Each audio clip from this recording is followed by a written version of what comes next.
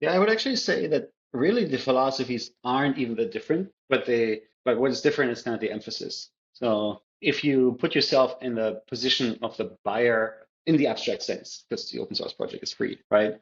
The person who selects like Next.js to be the thing that runs one of the most important parts of the company, like if I'm that person, I want to, be able to understand it fully.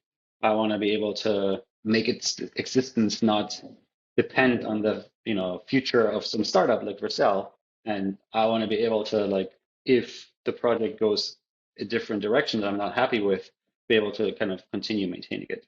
My personal favorite anecdote is this is 15 years ago, so not that long ago. Okay, 15 years ago, like the internet was already a thing. Web 2.0 was like in full swing, and I was at a consultancy and we're building an airline website and it was running on IIS, Internet Information Server, which is Microsoft's Windows-based web server.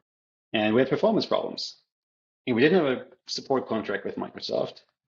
And so I was looking literally at the UI, like there was like a, Windows settings dialog for this like heavy production grade web server.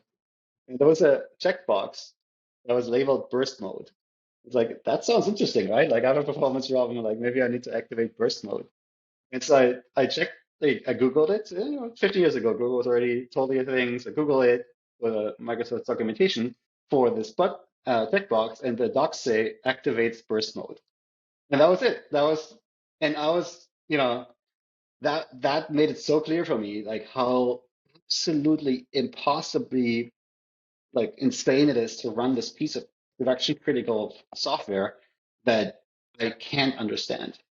Like you just cannot be in that situation where you have this problem. And so that's why I think there's just this broad consensus that the things that you run as production infrastructure yourself, you have to like deeply understand. And so I think Next kind of falls into this bucket and hence has to be open source.